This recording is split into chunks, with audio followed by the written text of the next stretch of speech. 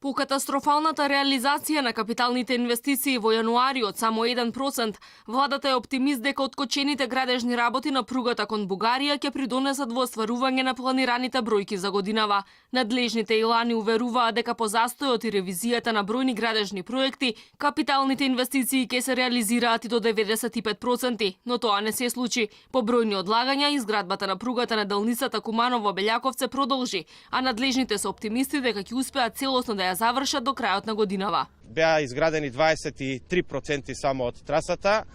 Тоа беше уназад 15 на години колку што оваа траса се спомиња, меѓутоа сега веќе за овие година и пол се напредокот е до 40 и неколку проценти, 42-3%, или со други зборови некаде околу 70% од градежните активности.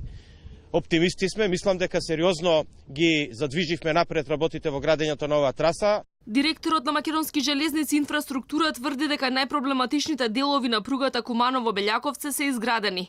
Експроприацијата на земјиштето што најмногу предизвикуваше застој во изградбата на пругата и натаму е проблем, но не пречи при градежните работи, уверува директорот на МЖ инфраструктура.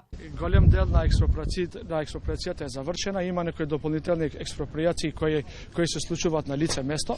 Заради тоа знаете дека ние имавме стар проект направен пред 20 години кој беше адаптиран и врз основа на тој проект се работи. За тоа време има движење на многу работи, нелегални градби и така натаму.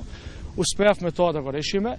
Има уште еден мал дел кој веќе не пречи на изведување на големите работи. Тој дел на експроприација што се поврзува со овој дел е некој дел што е поврзано со пристапните патишта како што е овој пат тука и некои други делови. Пругата до границата со Бугарија треба целосно да биде завршена до 2025 година, а бугарските власти најавија дека железницата од нивна страна ќе биде готова во 2027 година. Двете земји железнички ќе се поврзат на граничниот премин со тунел. Инвестицијата од македонска страна ќе изнесува над 580 милиони евра.